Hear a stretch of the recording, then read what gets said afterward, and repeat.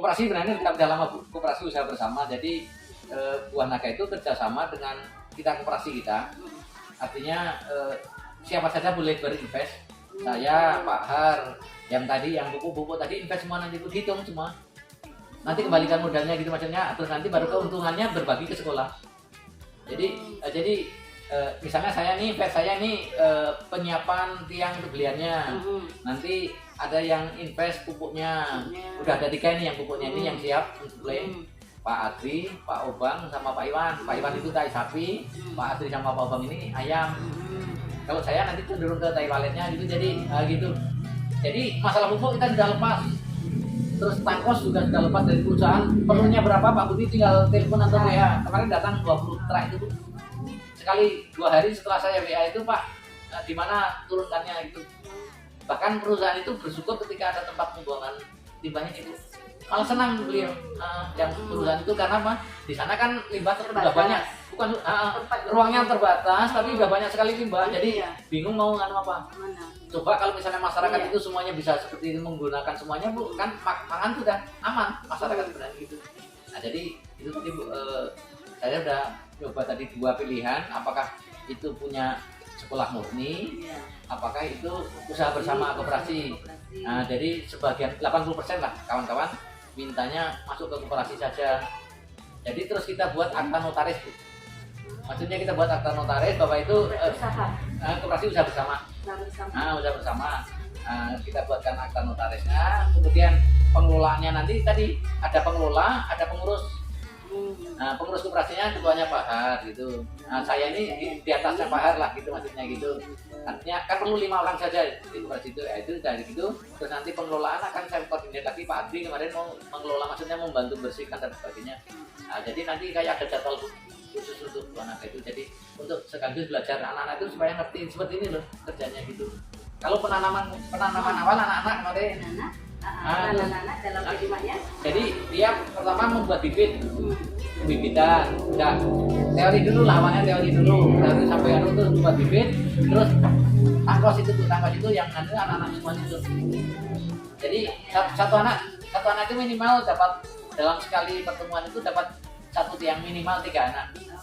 Jadi kemarin karena kita hampir 300 anak dapat 100 tiang. Sementara itu yang ada 500 tiang gitu. Jadi ada yang belum ya. Ya, gitu ada yang belum. Nah, kita minggu depannya lagi gitu. Jadi jalan gitu. Dan setelah itu presentasi. Kayak presentasi ada yang tadi kayak yang tadi pertama presentasi per kelas itu kan bahasa Indonesia biasa. Jadi trik-trik untuk Buah Naga seperti apa dia. Terus saya memang sengaja menyuruh siapa yang bisa mempresentasikan. Saya rekam, saya bilang gitu kalau memang bagus dengan bahasa Inggris saya kasih ribet seperti itu. Langsung ada anak yang maju. Saya berani Pak gitu. Ada 2 anak kemarin yang maju itu Pak, yang satunya masih agak patah-patah maksudnya itu, tapi yang satunya udah lancar. Nah gitu cara saya untuk apa namanya.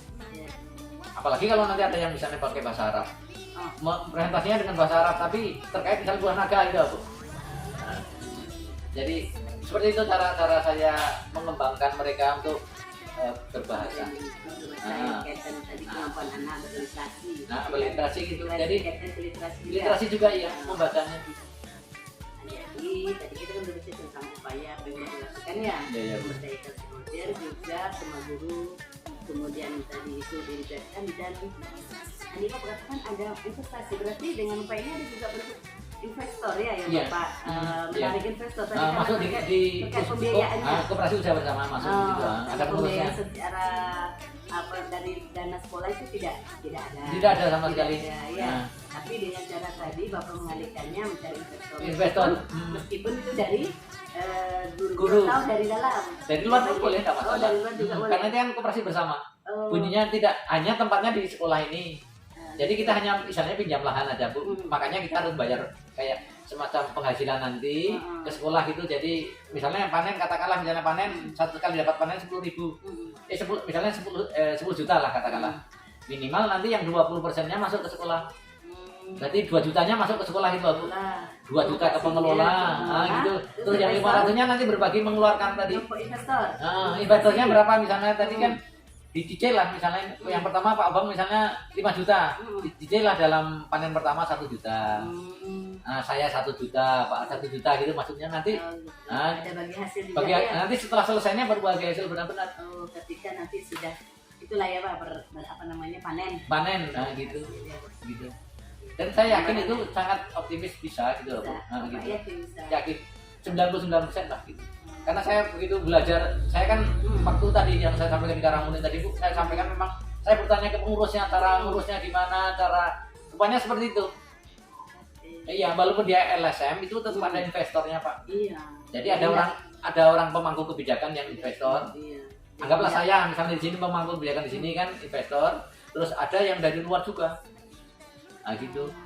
Jadi nanti ke depan nih Bapak sedang merancang ya tadi kaitannya dengan buat branding sekolah, kemudian pelaksanaan P5 bisa berjalan, kemudian juga sedang pendapatan asli sekolah, membangun kooperasi usaha di sekolah ya, bersama tadi dengan usaha bersama dengan penanaman tadi buah. Salah satunya itu Bu. Salah satunya karena ini koperasi kan sudah berjalan ini. Setiap hari kotor sekitar 800 dapat. Sekarang ini jadi sudah yang sana itu kan koperasi itu. Jadi pembagiannya kayak gitu. Keuntungan pokoknya dari 20% itu 10% ke invest, terus 5% ke pengelola, 5% ke sekolah gitu. Sudah yang operasi sekarang ya? Sudah berjalan. Gitu. Sudah berjalan 3 bulan. Jadi setiap bulan itu minimal kita 750 store ke sekolah. Untuk usaha juga? Iya. Untuk usaha ya? Iya betul, koperasi itu. Untuk koperasi itu. Nanti pun kaitan dengan hasil dari kewirausahaan ini penanaman buah naga, juga sebagai branding sekolah, juga akan kaitan dengan koperasi. Karena tanggung jawabnya koperasi. Koperasi bersama gitu. Jadi pengurus bedakan pengurus dengan pengelola. Iya. Jadi kalau pengurus kan hanya sentralisasi ya gitu. Kalau pengelola kan berarti nanti dia terkait dengan bagaimana lapangannya gitu, pemupukan, kebersihan apa itu pengelola. Tetap dapat jatah pinnya gitu Bu. Gitu. Kira-kira bagaimana menurut hal tersebut tadi yang kaitan dengan branding sekolah itu bisa berjalan gitu? Gimana ke depannya? Yang pertama gini Bu, harus yang nanti tugas selanjutnya Pak dengan saya itu mencari pemasaran. Harus sebelum panen itu kita harus punya peluang.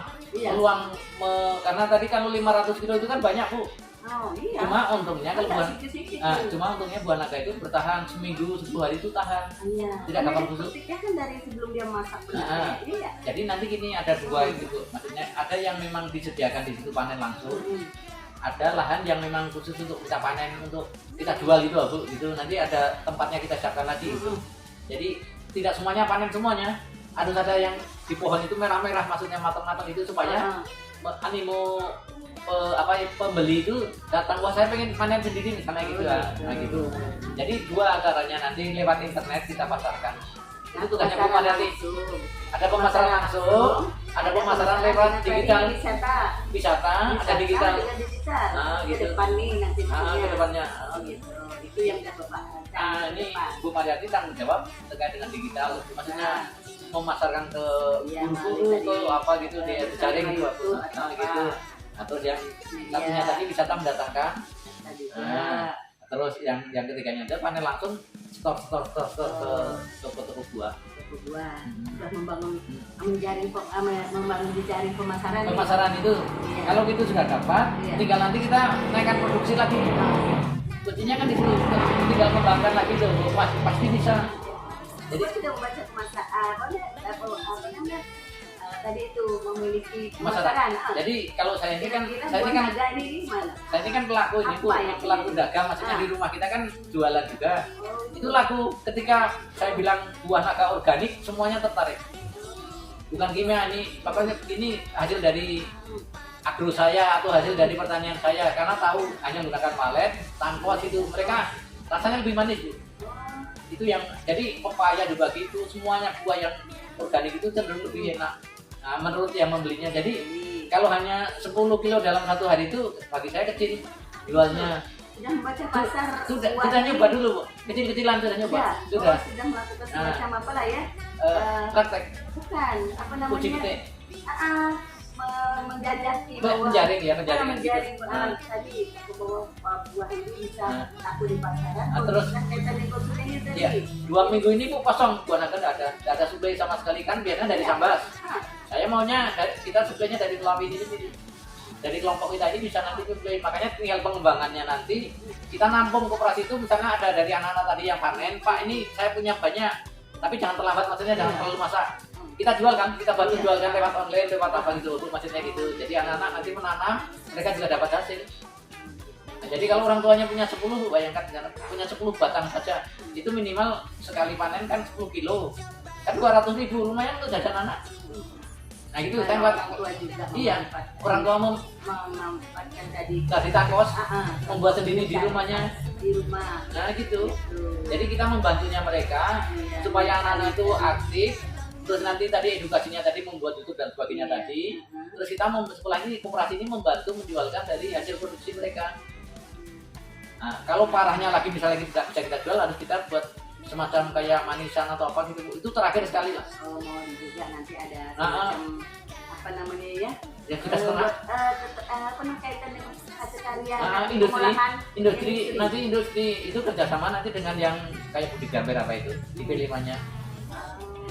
Nah, nanti kan ada ini kaitan dengan tema di IP5 yang terkait budidaya kearifan lokal. Kearifan lokal. Nah, gitu. Apakah salai buat naga. Tapi itu terakhir nanti, maksudnya bukan di program tepatnya, kalau tidak bisa jual. Tapi kalau kaitannya dengan P5 bisa, tidak apa-apa. Untuk latihan. Iya. Dimanfaatkan itu sebagai alat praktik atau sebagai apa? Teman itu coba teman-teman buat naga menjadi produk. Misalnya kaitan dengan ya produk lokal kan. Kira nanti ada nggak target atau kriteria untuk mengukur itu tercapai atau tidak? Gimana? Ada nggak sudah ya dok?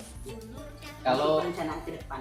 Nah, target secara karena ini kan tadi kerjasama koperasi Bu. Iya. Pertama memang secara literasi itu harus bisa untuk pembelajaran, itu target saya. Jadi pembelajaran kewirausahaan itu target yang utama saya. Betul. Ya. Menjadi pembelajaran. Itu yang pertama tuh ya. Terus yang kedua target ekonomi, harus yang ikut peran serta ini terbantu ekonominya, itu target saya. Ekonomi ya. Terbantu secara ekonomi. Siapa yang terlibat? Ya termasuk saya, Pak Har, semuanya yang terlibat. Ya semuanya, termasuk sekolah. Sekolah kan nanti dapat tadi paling tidak THR tambah. Terus ini ukurannya Bu targetnya. Jadi terus yang kedua, saya mempunyai target bahwa pendidikan itu harus berkelanjutan. Maka kita pemanfaatan pupuk tangkos itu jadi andalannya di situ untuk kita berbudidaya tahanan pangan. Artinya dari program BBF yang dicanangkan di sekolah ini, kita ini memberikan contoh langsung, tidak ada menggunakan kimia, tidak ada menggunakan apa, ternyata juga bisa menghasilkan itu. Jadi target edukasi berkelanjutan lah, pendidikan berkelanjutan. Nah, intinya seperti itu. Kaitannya dengan apa namanya? Ya, Adiwiyata tadi, gitu. Nah, terus terkait dengan sekolah sehat, Bu, memberikan pembelajaran langsung bahwa pangan yang paling baik itu adalah yang langsung, tidak menggunakan saset, tidak menggunakan itu nanti dipejas. Misalnya tadi jual jus buah naga. Nah, seperti itu targetnya gitu, seperti itu. Jadi nyata, maksudnya tidak mengandai-andai tapi langsung gitu, Bu. Nah, nanti yang saset stop misalnya tidak bisa menjual yang memang asli, ya seperti itu. Tapi kalau sudah ada, kalau belum ada kan susah kita mau berbicaranya seperti itu. Jadi sumber jajanan sehat ya. Ya jajanan sehat. Ya. Ya minuman sehat. Minuman sehat. Dan bergizi, minuman sehat dan bergizi. Tadi ada biasanya juga. Ada biasanya terangkum di situ, Bu.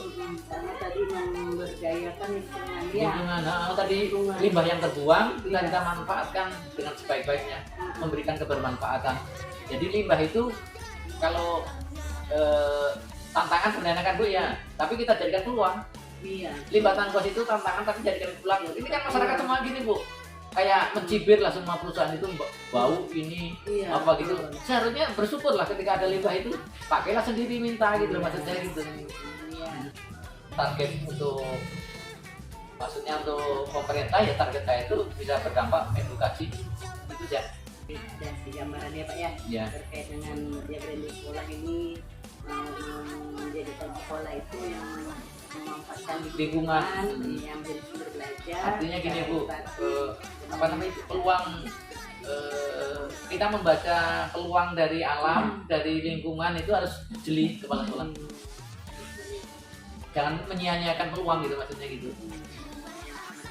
Memang kita kan tidak ya sekolahnya kan dari awal memang kita di sini ya sebelum ada perusahaan yang duluan gitu. Kan.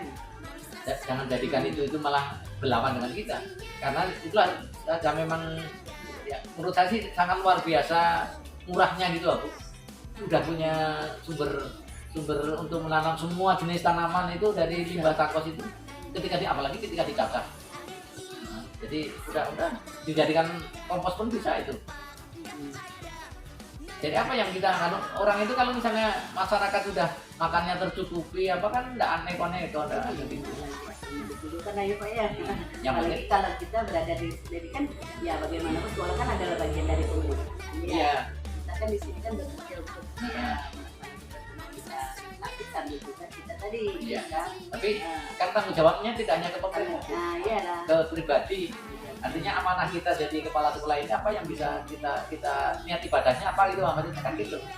Tidak hanya sebatas kita karena dia SK-kan jadi kepala sekolah tuh tugasnya kepala sekolah itu enggak. Saya tetap memberikan pembelajaran pada masyarakat, orang tua termasuk, karena berhasilnya pendidikan itu orang tua mendukung, nggak mungkin lepas gitu maksudnya gitu. Artinya ketika orang tua itu kita libatkan di salah satu yang pertama dari keberhasilan kurikulum pendidikannya kolaborasi itu. Cara kolaborasi kita itu harus minta ke orang tua. Kita memberikan pembelajaran juga malah lebih bagus kan gitu. Cuma kadang orang kan kolaborasi itu tahunya kita meminta sekolah ini. Iya, kita minta orang tua. Udah orang minta ini bantuan kita.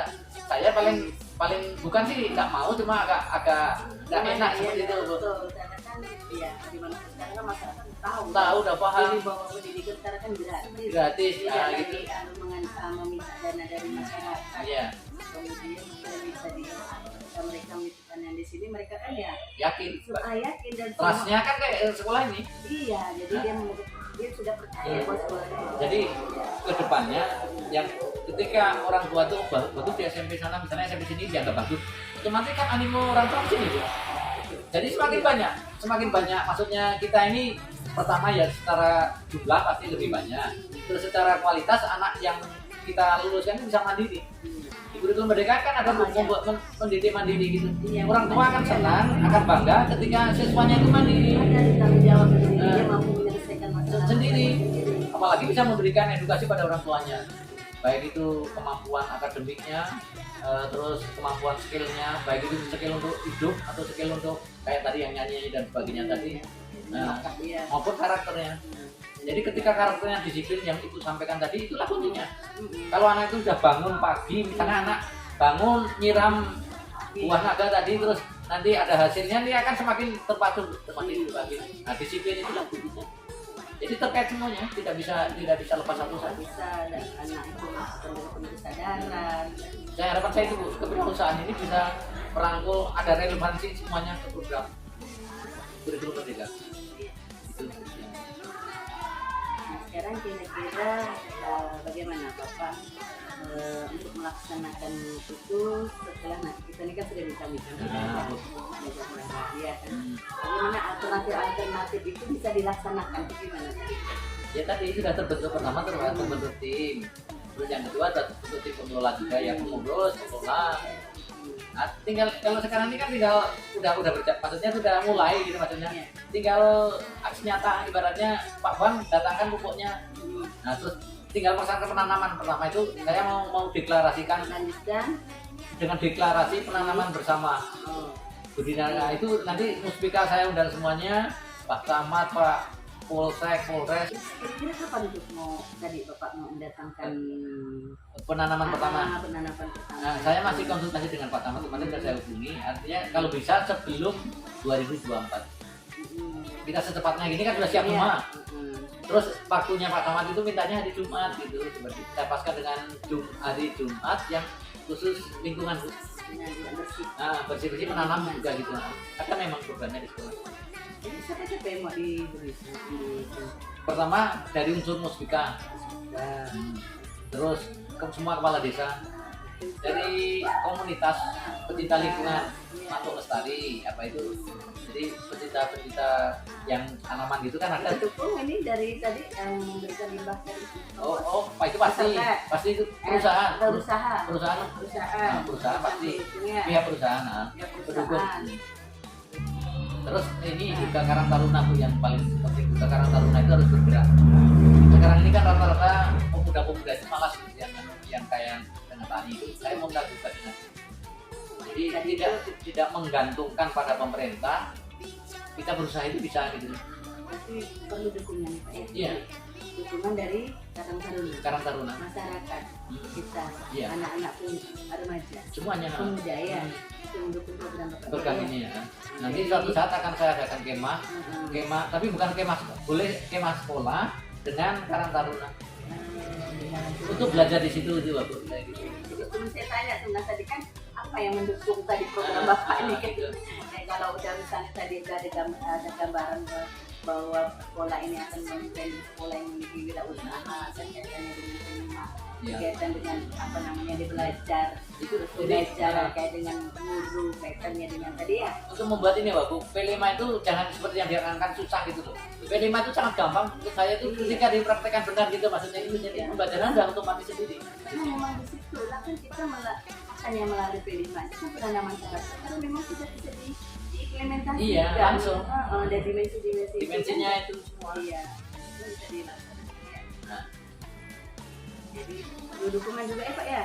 Ya, dukungan itu tadi kegiatan nanti ada pendukung seperti Karang Taruna apa.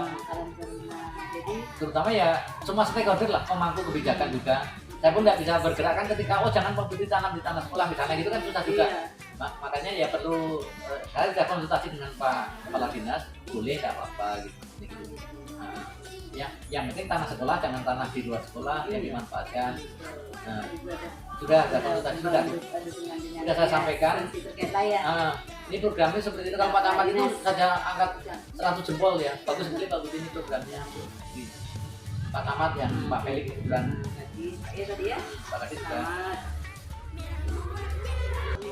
Mungkin saya sampaikan juga Bu, setiap progres kegiatan itu kita semua didokumentasikan Bu. Jadi artinya jangan sampai lupa sejarah. Maksudnya itu memang Pak Har itu sejak kerja itu selalu kita dokumentasikan, baik itu berupa tulisan deskripsi maupun foto-foto atau video. Bahkan di YouTube kita memang selalu minta dukungannya lah nanti ke kawan-kawan yang bisa bantulah SMP 1 Blimbing biar semakin banyak Pak Har ya. Apa yang masih Bapak mau rencanakan untuk Bapak tidak lanjut? Nah ya itu tadi Bu, pengembangan yang ke tanah awal itu setelah kita punya Buah Naga, kita punya agrowisata. Sekolah ini punya agrowisata karena hutannya di belakang itu masih banyak Bu, masih 1 hektar lebih. Mau saya buka untuk kayak taman-taman tadi Bu, taman-taman, terus ada taman satu tadi yang khusus bahasa Inggris, khusus ruangan yang berbahasa Inggris di situ gitu, biar nanti anak-anak di situ kita kasih misalnya yang masuk di situ gratis, kasih permen misalnya gitu, tapi harus bisa berbahasa Inggris ngomong. Nah gitu Bu. Jadi semacam bentuk apa namanya ya, lebih kepada pengembangan lagi. Pengembangan fungsi itu tadi. Jadi ketika ada anak yang bisa seperti itu, gratis permennya ngambil sendiri. Jadi hasil tadi Buah Naga tadi pengembangan. Jadi hasil tadi disisipkan sedikit ke situ untuk kayak semacam cendera mata atau apalah katanya itu. Jadi ketika kita punya kayak tadi kampung apa, nah itu nanti ada apa lagi seperti itu. Terus tempat bermain juga itu harus ada. Karena tadi dari kejadian itu ada pesan, Pak, saya ini mau melaksanakan pembelajaran di lapangan atau tapi kurang kondusif rumputnya, terus belum tertata dan sebagainya. Itu menjadi tugas saya ke depannya. Memang taman bukan hanya taman yang ada di sini, tapi taman hutan. Jadi taman hutan gitu aja gitu. Nanti sekaligus orang luar juga bisa menikmati itu. Jadi untuk program ke depan ya, kedepannya lagi itu setelahnya. Iya, kewirausahaan ini menjadi tempat agrowisata. Petik buah sendiri. Itu yang kaitannya dengan bahasa Inggris itu apa? Storytelling lah gitu. Nah, program kewirausahaan, wisata, pusat pengembangan bahasa Inggris, bahasa asing. Kampung bahasa asing. Boleh, tapi bukan kampung itu hanya taman ya. Oh gitu. Taman bahasa asing. Ya, jadi taman bahasa asing. Boleh Arab, boleh Inggris, boleh anu gitu, nanti gitu. Dan bahasa Inggris kan gitu ya. Nanti ada semacam kayak podcast atau apa gitu di situ. Oh gitu. Kita tanya jawab gitu. Jadi dulu yang mau senang silakan. Jadi manfaatnya itu lebih terasa gitu.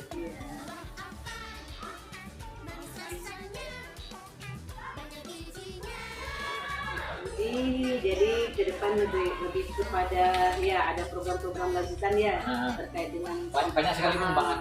Untuk pengembangannya yang dari tempat berwisata, belajar bahasa asing, taman bahasa asing, kemudian kaitannya dengan masyarakat ini juga itu dengan memberdayakan Taruna itu tadi. Nah, Karang Taruna itu nanti kan ini kalau yang dengan Karang Taruna itu pertama kan sebenarnya ini sudah ada Bu yang cinta apa namanya ya? Mato Lestari. Untuk melestarikan apa namanya? Bukit Mato itu. Jadi nanti keterkaitannya dengan Karang Taruna kita akan adakan kegiatan dengan Karang Taruna. Yang pertama memberikan pemahaman pada cinta lingkungan. Oh, cinta lingkungan ya. Cinta lingkungan jangan anu gitu kan. Ini nanti materinya tetap kita juga dari sekolah bisa dari Karang Taruna juga. Maksudnya kan ada yang aktivis gitu maksudnya gitu. Iya. Jadi narasumber atau narasumber. Nah, jadi Karang Taruna itu kalau misalnya kita katakan kemahan berarti materinya di kemah tadi itu. Kalau kita undang di situ ya nanti di tamannya itu di taman gazebo tadi yang Ibu sampaikan tadi. Nanti ada kegiatan kayak semacam saresean lah gitu atau apa gitu antar Karang Taruna.